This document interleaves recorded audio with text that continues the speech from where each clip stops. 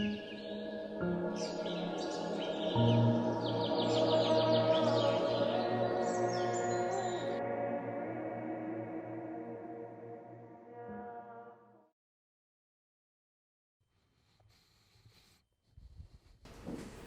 you very much, and good afternoon, ladies and gentlemen, colleagues.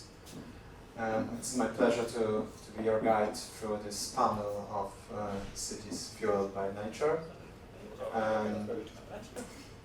And over the next 45, 50, 60 minutes, we'll touch upon the issues of sustainable urban development and the challenges that are ahead of us in this process. But before we turn to the panel, let me just take a few moments to kick off and to hopefully inspire the panel discussion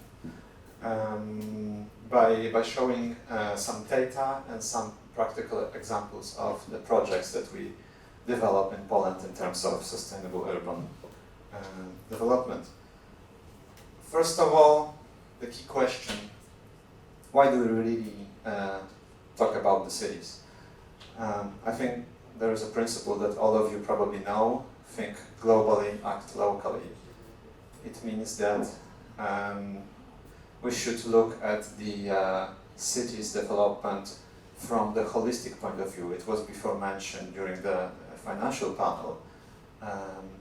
And we should take into account the specific local circumstances, positive aspects, potentials, and also deficits. And if we do so, of course, the urban policy might be a little bit demanding because it's cross-sectoral, but it is supposed to bring the value added. We also talk about the cities because of the global trend. The world is becoming increasingly urbanized.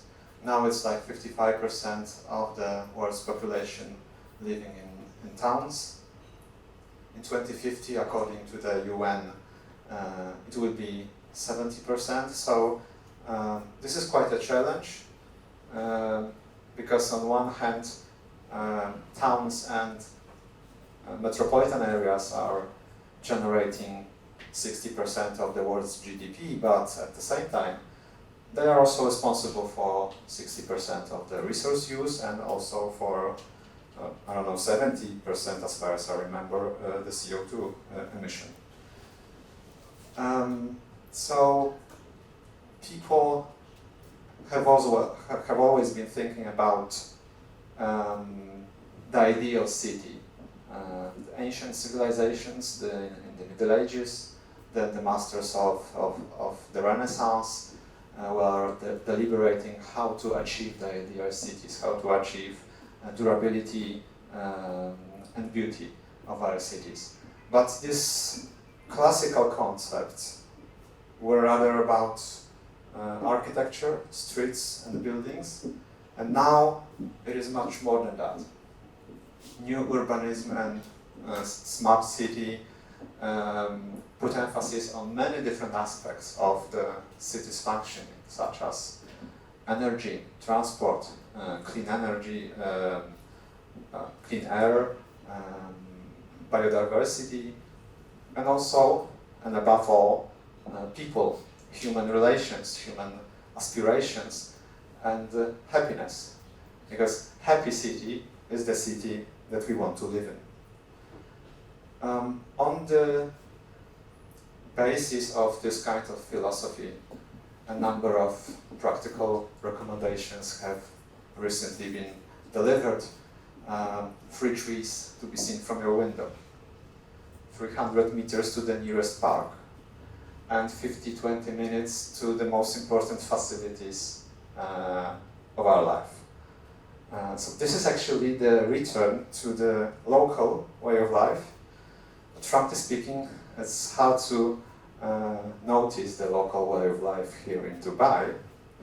However, there are some practical projects and around the city of the future consuming, let's say, this kind of philosophy being developed in different countries and different continents, also here in the Gulf region.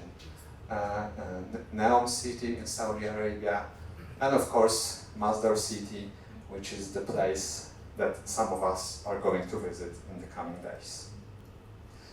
When we look at the directions of the globalization, of the urbanization process, in terms of the size of the cities,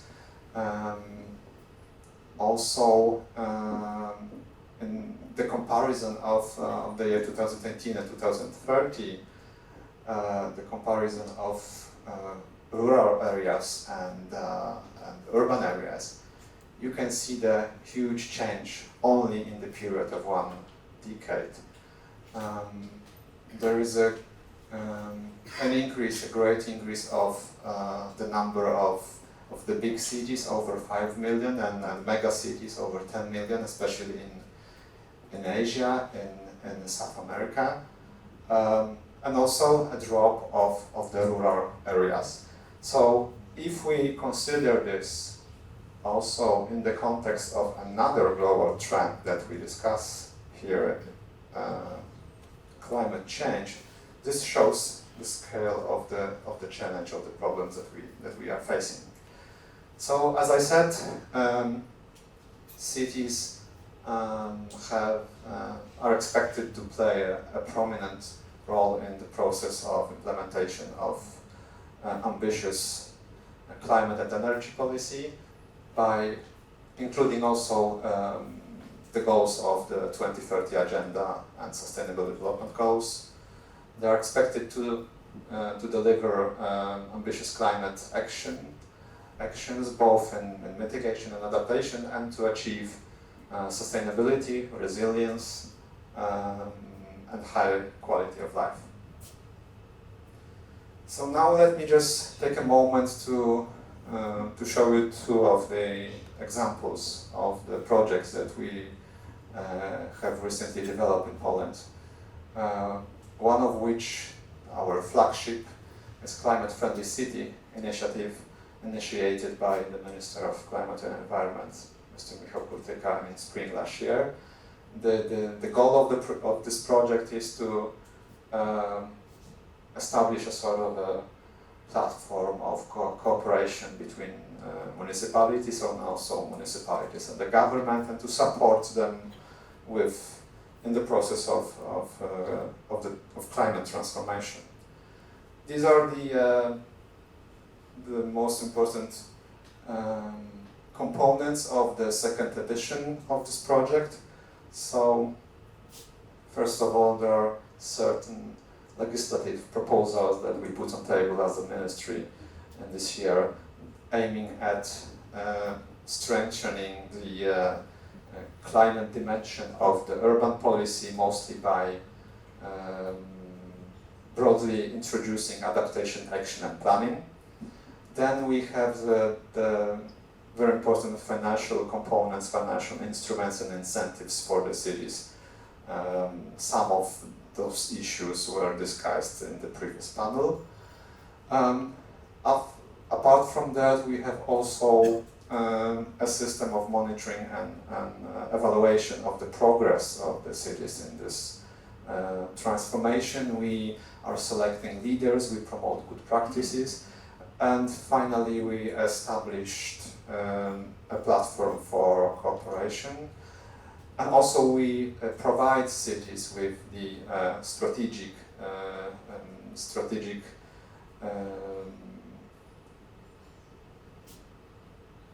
I'm sorry, I lost the word. Advisory, yeah, thank you very much. Strategic advisory in order to develop sort of roadmaps of the transformation and packages of projects that will be developed by the cities in the coming years. Another important project that we have developed and implemented was the 44 APA project. MPA is an acronym of the Urban Adaptation Plan. together with the biggest Polish cities, over 100,000 inhabitants. We developed adaptation plans, including a sort of a vulnerability assessment and also packages of concrete adaptation actions. And now those 44 plans are being implemented by the cities. So, to conclude this kick-off presentation, this is more or less a picture that represents the result that we are going to achieve: clean air, blue and green infrastructure, sustainable cities, smart cities. So this is our goal, and now we will turn to the panel just to answer the question how to achieve that goal. So if I may invite my distinguished panelists. First of all, Mr. Christian Szczepański, who is the director of the Polish Institute of Environmental Protection.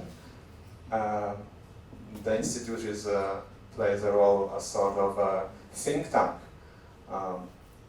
supporting the ministry with data in terms of implementation of the evidence-based policy in the fields that we are responsible for. I would also like to invite Mrs. Renata Calak, the director of the strategy department from the Ministry of Development Funds and Regional Policy.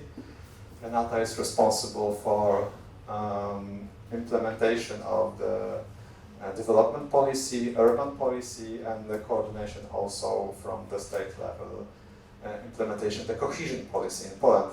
Plus, she is supervising the preparations for the summit that is going to take place in next year in Katowice, which is World Urban Forum 11 of UN Habitat. I would also like to invite to the panel Mrs. Alicja Pawłowska-Piorun, head of the Energy and Green Technologies Unit in the Polish Institute for Environmental Protection, who is an expert of electromobility. And I would like to invite two of our Greenivo project representatives, two companies. Mrs. Aleksandra Konieczna from For Data company, export specialist. Welcome. And Mr. Andrzej Lis, CEO of Apanet Green System.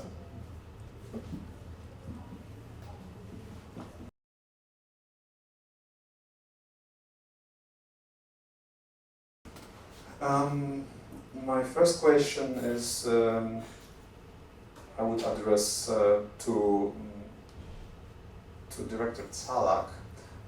What are the ways that the central government might support the cities in the transformation, green transformation? We have a lot of different instruments and incentives in our disposal, but the whole point is how to use them in a more efficient manner. Please follow the zeros.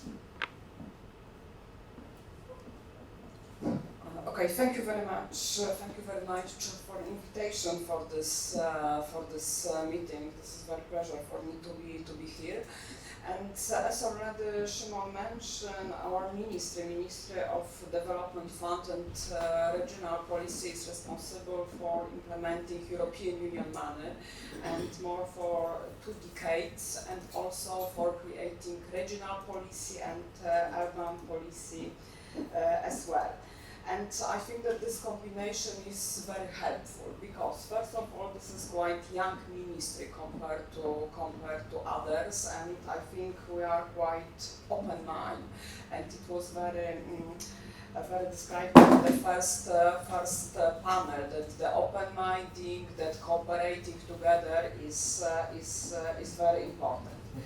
and how to create, the effective and efficient policy. I think that first of all, we like a government have to provide good legislation, good organization, and also financial frameworks. And this is very important that nowadays we are in the process of preparing national urban policy with the perspective 2030. And in this process we invited, I think, everyone, all Ministry of Climate and Environment, of course, because we have a quite good cooperation with this ministry, and also others, like ministry responsible for special planning, for revitalization, for culture, for infrastructure as well, because the urban policy is the holistic one, and we have to create something like the mix policy. And of course, for this cooperation, we invited all stakeholders and also urban activities and also young people who have new ideas, and I think that this cooperation is very important for us. And how we see this process, that first of all we just focus on challenges, and we described 11 challenges, and after that we try to agree with, and we finally agreed with 5 pillars. The first one, this is problem of suburbanization in Poland and the special planning, and I don't have to explain, but we see in our cities that with the special planning we have a quite big challenges. The second pillar, this is cooperation in functional urban area, and this is very important to build the linkages between the urban and rural areas. And the next pillar, this is the quality of the natural environment and adaptation to climate change. The next one is urban mobility. And the last one, this is promoting of social activities, and the challenge is something like the housing need in cities. And as you already see, in most of them we are focused on climate change, on adaptation, and I think that this is very important in nowadays, because the next financial perspective, I think that this is for climate, because we have to spend almost 40% from National Recovery Plan and from the partnership agreement, especially on the climate and environmental measures. And this is, I think, that's very important, because this is our change to change Poland in this positive way. And this is something like the programming issue, what we are preparing now, and also our ministry, similar like the Ministry of Environment and Climate, realize some kind of many projects which directly support the cities. The first kind of project, this is advisory support center, which we established, and we help cities, and we already helped more than 40 local government how to use the sustainable development. And also we establish something like Cities Partnership Initiative, and in this program we build something like networking between cities, and also we try to help them how to find the solution in some climate issues, something like air quality, green solution in cities. And also in our ministry we established National Center for Knowledge on Revitalization, and this is a special website which cities can find quite good best practice, and we already supported more than 20 cities in revitalization manners. And the next one, this is the human smart cities, because we would like to invite citizens and residents how to govern the city in the more sustainable way. And I just would like to say that we created the policy, the urban policy, but also in the new financial perspective, we put a lot of emphasis on cities and territorial aspect in all programming issue which we now are responsible for. Thank you. Well, as we heard, environment, climate, mobility are one of the most important pillars of the new urban policy that the Ministry is designing. We, as the Ministry of Climate and Environment, are also engaged in this process. All of that means that there are a lot of huge challenges before the cities. And in this process of transformation. So now I'll ask the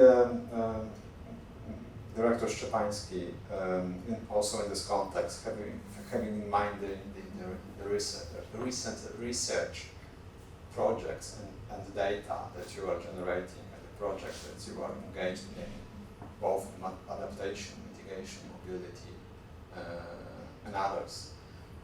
What are the biggest challenges and obstacles ahead of the cities in this process? Thank you, Szymon, and thank you for the invitation. And first of all, I would like to read the comments on our previous panels and distinguished panel, because they touch everything what we need. First of all, the transformation, and thank you for your introduction and your presentation, because you showed that the big numbers. In our perspective is a little bit different, like said Professor Korowski, but in adaptation process is longer, 100 years. Because we would like to predict it, how will be climate in 100 years. And the same like the demography, you showed that 2050, but now we have 7.8 billion people. But in 2100, we over 11 billion people.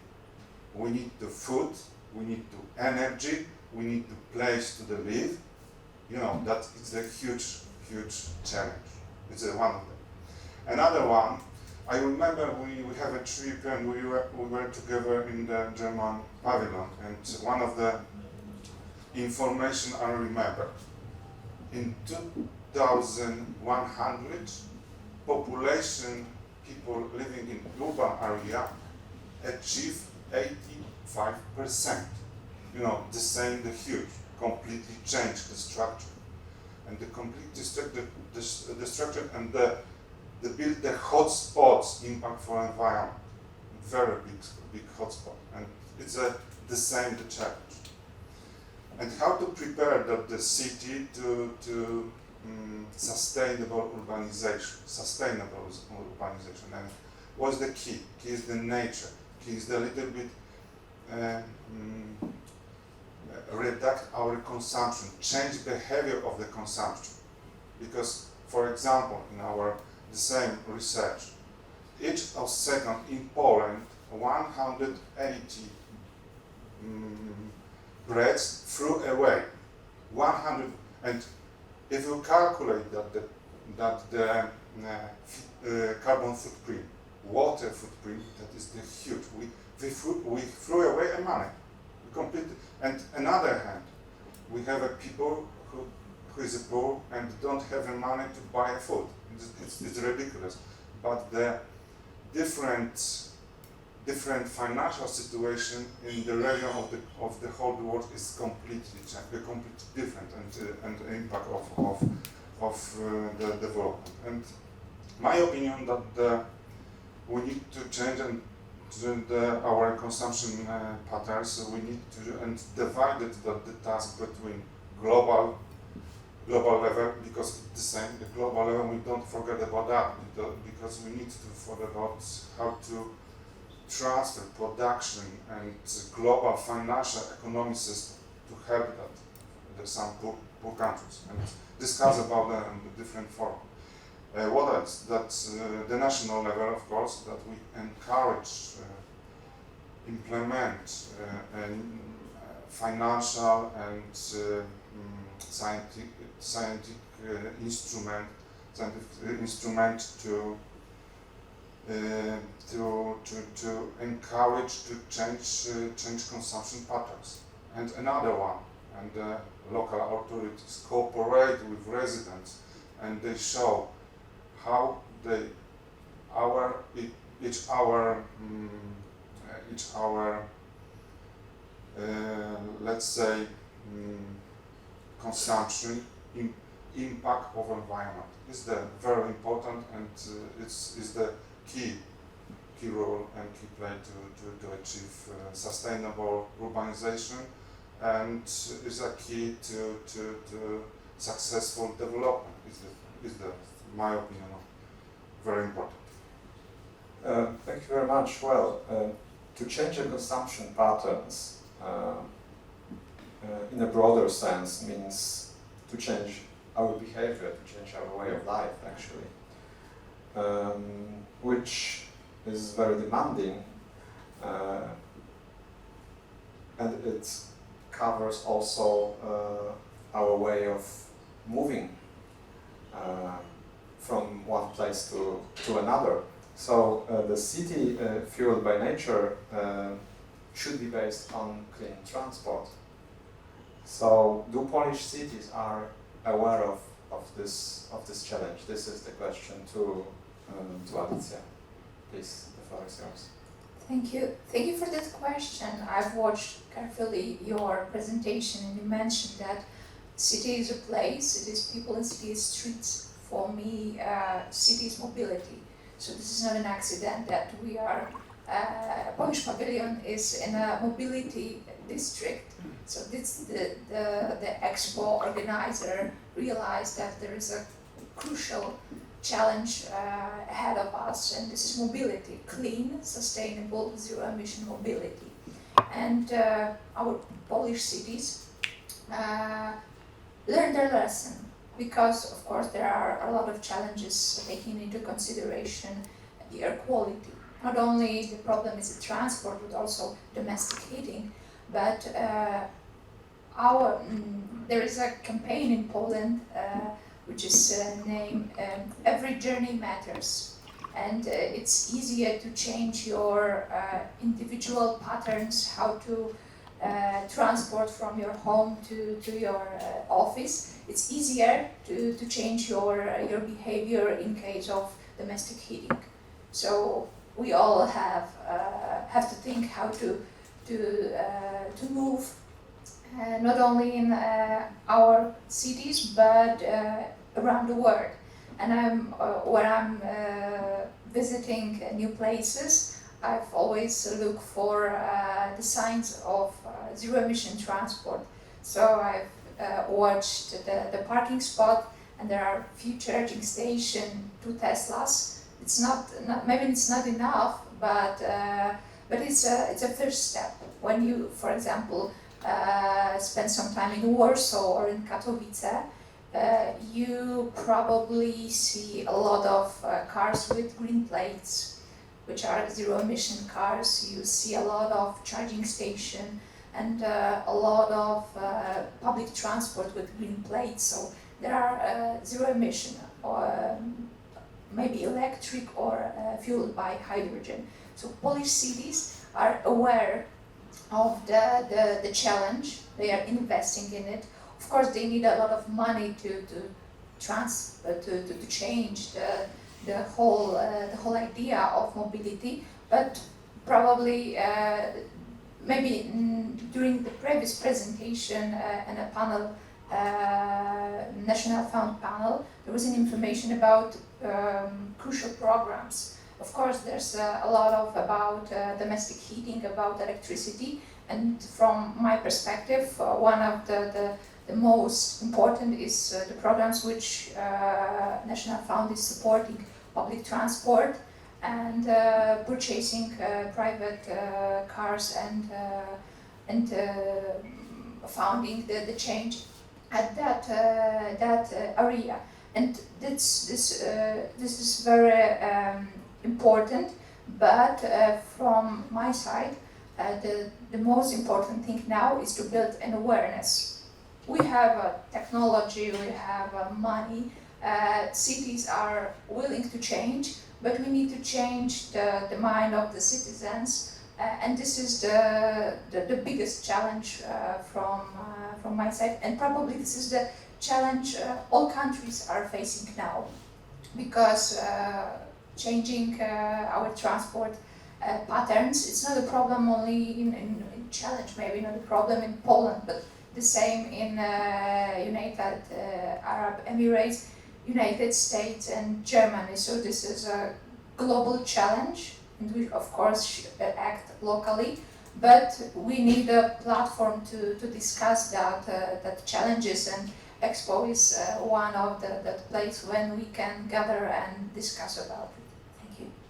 Thank you very much. Well, you said that we have technologies. Indeed, we do. So let's explore a little bit further the issue of sustainable transport from the point of view of technologies. So now I have a question to Mr. Andrzej Lis, CEO of Apanet company. How can this technology that you provide, made in Poland, support the green urban development in terms of transport, especially? We provide technology to save money. Our technology helps to reduce power consumption, and it helps to achieve zero emission idea, but this idea is very difficult to implement. Our systems cut cost of energy usage and cost of energy radically, and that's all, because every city, every municipality has a problem to light all roads, and it's necessary it should be done just for citizens, just for their comfort, and we help cut energy usage, and because of that emission is lower for big amount, and we can tell that we give some kind of tools to make idea you said before to set these ideas alive. That's all. Our city is really interested in this kind of solutions. According to your every lighting of roads in cities, it's quite a big cost for every city, and we can reduce it, so every city should be interested in that idea, not only because of cutting costs, but only because of going in direction of idea zero emission cities. So I think all cities should be interested in such smart city systems, but it takes time, and I think all cities in close future will be smart cities, and all cities will need such systems as we offer. Thank you. Well, all innovations generate costs, as we know, but usually it pays off because it's not an innovation just for innovation, but it's an innovation for the better life and the cheaper life in most cases. So thank you very much. I can add that in case of our systems, costs are not so important because savings are so high that it's possible to pay for all innovations, pay for all systems from savings this system provides. So it's just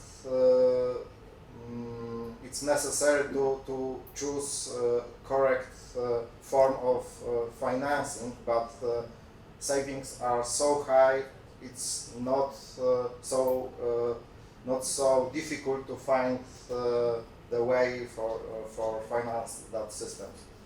Yes, of course, but as we mentioned before in the previous panel, cities in Poland have a lot of potential sources of financing at their disposal, from the state money, from the EU money, from other sources, also from the municipalities' budgets to invest in this kind of solutions. So again, thank you very much, and I have a question to Mrs. Aleksandra Konieczna also about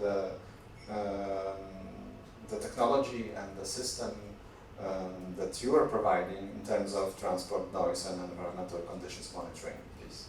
Thank you very much. Thank you very much for the invitation and for the question. I would like to say a few words about our technology. We provide the technology called the Enviro Station.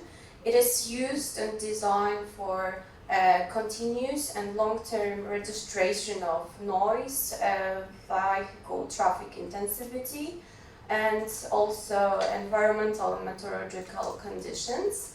As I can say, our technology can support cities' effort to achieve climate neutrality in two ways. First, we can compare it somehow to a doctor's appointment. Our station monitors the surrounding and design a diagnosis of the current state of the environment.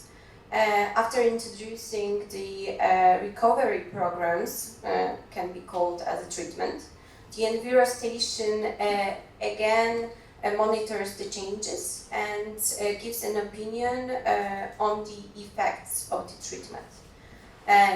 In this way, it is possible to verify the effectiveness of the environmental programs. Moreover, our station helps to ensure cost effectiveness by suggesting which actions are most effective at the lowest cost. Then second way is through the smart city and ITS, that's the intelligent transportation system. Enviro Station, which should be located near the streets with heavy traffic, monitors the impact of the road transport on noise and air pollution. It reduces local accumulation of pollutants by, for example, extending the green wave of traffic lights or, for example, restricting the speed limits. As I can say that we do care more about our health, and I think that our technology will be, and it is for now, somehow popular because, as I said, we do care about our health and health for the next generations. Yeah, and our city is really interested in those kinds of solutions because it really requires this holistic approach, as we mentioned before during the panel discussions. Yes, we can say that. Yeah, because it's not only one sector. These are a lot of different sectors and fields of cities functioning. Right. So our cities really interested in this kind of advanced solutions? Yes, I can say that a few years ago it was not so popular, but as I said, we do care more about the environment and our health, and it's getting more popular to implement such technology to get the the cities smarter somehow, and Yeah, thank you. It's very important, I think, for the cities and also for us to promote this kind of technologies worldwide within the Greenevo project. Well, we are discussing cities fueled by nature, and there is an opinion that urbanization is destroying ecosystems. That urbanization is against nature.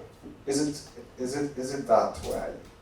And what is the way to that we can redefine this negative impact of the cities and urbanized areas for the environment, and where to look for this, let's say, cooperation between the people in the cities and citizens and nature in terms of both mitigation and adaptation?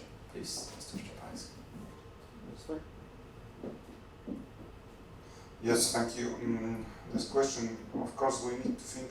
We need to change our way of thinking about the nature, especially in the city, because today we discuss about the cross-sector approach, and we need to think about the nature as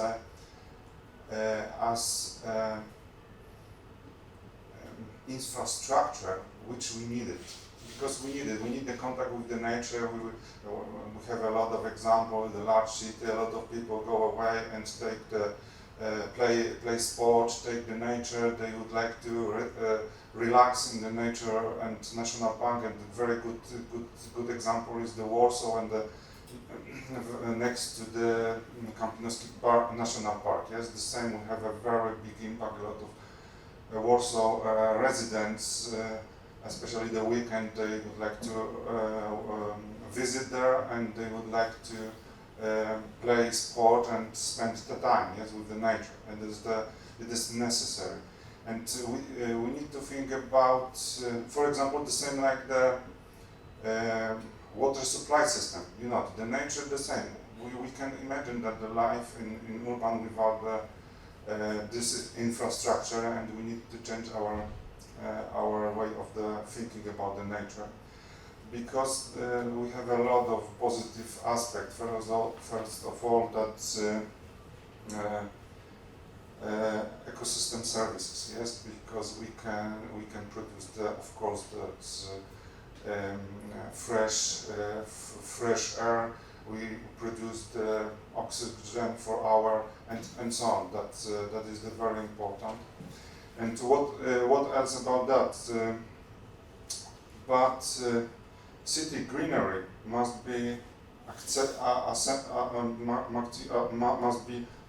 accessible, must be coherent network between diverse ecosystems, must be planned and managed. It's very important. We need to think about that. And what is the important when we thought about the resilience to climate change? That the quality of the green area, because it's the same important. It's not only the place with the green trees on that, but it's the whole the ecosystem, is the connected between the ecological corridors and green and blue infrastructure, because the same is very important. And that's the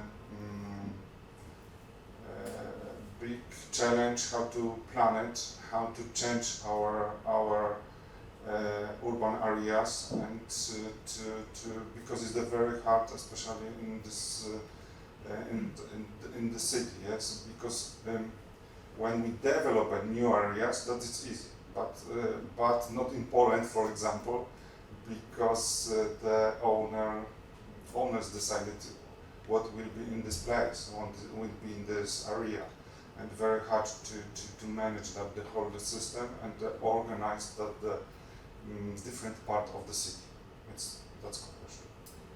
Yes, thank you very much. Well, you said that you suggested that this kind of nature-based solutions can play a very important role in the process of mitigation climate change and also adaptation to the negative consequences of climate change. Well, I think that we've got in Poland a lot of good examples of this kind of approach. Many different projects developing blue and green infrastructure, co-financed from different sources, have been developed and implemented in different parts of our country. So this is definitely something that we can promote globally, and I think that one of the occasions to do so would be the conference that we are organizing as Poland, World Urban Forum in Katowice next year, which is now being prepared by the ministry, supervised by the Ministry of Regional Development and the EU funds. What is the, according to what we have already prepared for that conference, what is the Polish vision that will be presented during this summit of how the future urbanization process and the future cities should look like? What we are going to achieve during the 4th-11 in Katowice? I can just say what directly mentioned. We would like to change the way of thinking about cities, and this is very important. That it wasn't quite easy process to be able to organize this meeting, because we have to compete with many different cities. But finally, we organized this meeting next year in Katowice. And you exactly know that the Katowice is a good example of the process of changing and transformation. And I hope that it will be also visible in the next perspective, because the Śląskie Województwo is going to realize the regional operational program, and they have more than €2 billion, and also Silesia Voivodeship is the biggest beneficiary of Just Transition Fund, and this is also more than €2 billion. And Katowice, this is the good example of the changing city rapidly. But the motto of forum is transforming our city for better urban future. And I think that we can say that the first aim of this forum, this is the opportunity that all stakeholders can meet together, exchange the experience. And now we are in the process of creating the agenda of this event, and we would like to focus on, first of all, on green urban future, of course, adaptation of climate change and impact of environment. The second aspect is innovation and technology. And I think that this is also the good opportunity to meet together that the company who have a quite great idea, and with the policy maker, and after this they can implement this idea in cities. The building urban resilience, and this is very important, especially nowadays in the pandemic and in the pandemic time.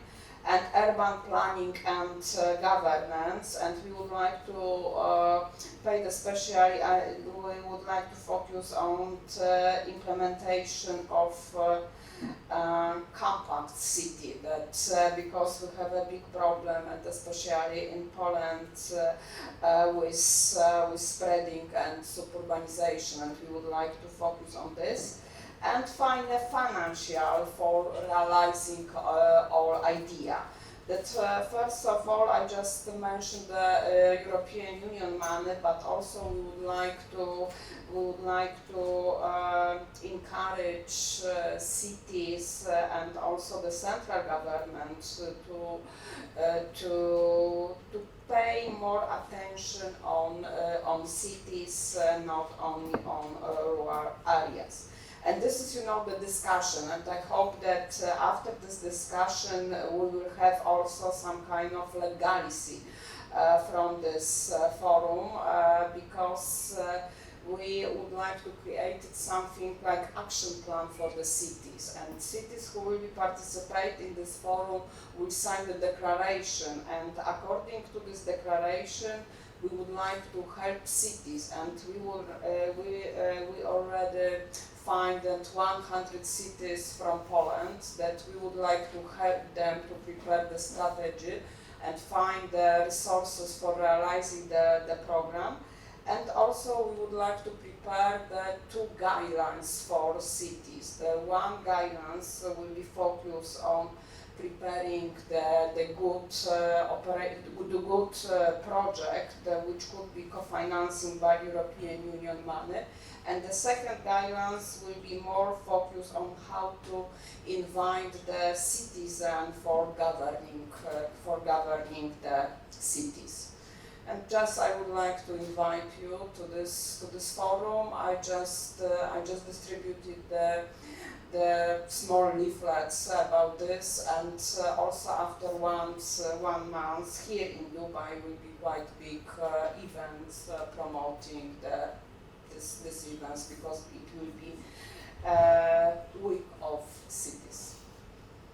Thank you, Renata. Thank you to all of you for this very inspiring discussion. It was very interesting to hear what are the challenges ahead of the cities in the process of green climate transformation, and it was also very important to hear that there are practical solutions, also technological ones, on the table for the cities to be used in this process, and these technological aspects will be the topic of the next panel. So thank you very much once again for your presence and for your attention.